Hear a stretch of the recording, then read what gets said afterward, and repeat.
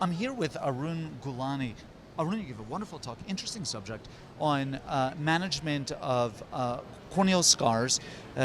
You've broken them into different categories, into different sorts of treatments. Let me get you to sort of flesh this topic out for me. Surely. Pleasure to be here, Joshua, with you. Corneal scars inherently make eye surgeons think about the scars being the male culprit and then chasing the scar to get the scar, in the process indirectly damaging the shape. And shape of the cornea actually reflects refraction, and that is the equivalent of vision. So if you keep this criteria in mind, corneal scars can be tamed or made sense out of refractively to bring the patients to emmetropia. And in this category, with over 2 decades of experience now, having seen practically every kind of corneal scar, I've broken it into 3 simple categories. Category number 1, which are the majority ones, is which are called in-cornea scars. Here, the corneal scar has become part of the cornea. These are scars like herpetic scars, PRK scars, post-pseudomonas scars.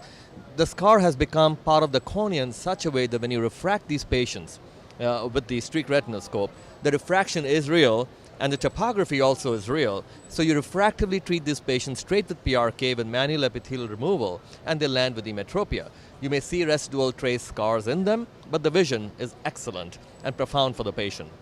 The second category is on-corneal scar. These scars are when patients have scars that are kind of, over the Bowman's membrane. And the best way to catch these, of course, on slit lamp and OCTs.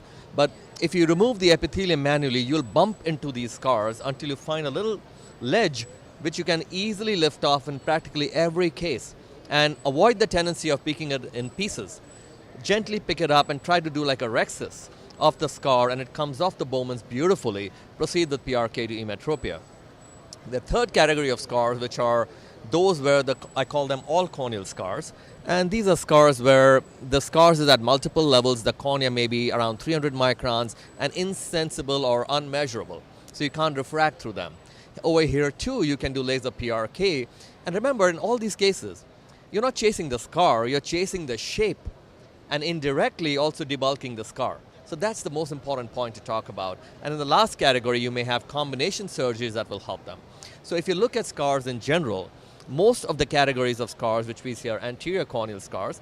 And remember, posterior scars are less important optically. So if you can kind of control the anterior surface, shape it to the best you can with the excimer laser in a PRK mode, you can bring these patients to emmetropia.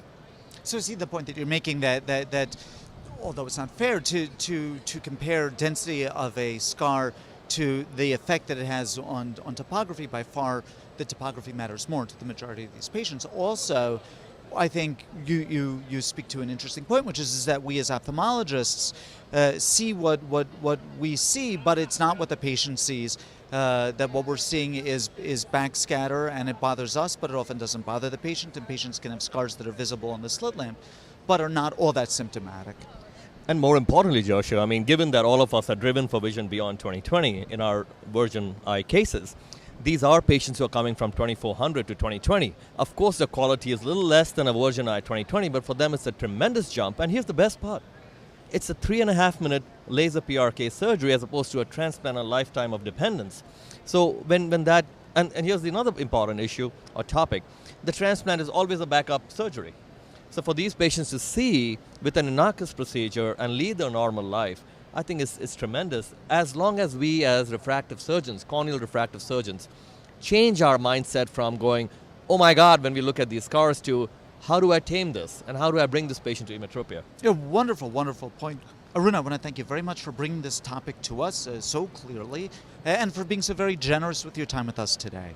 Thank you for having me, Josh.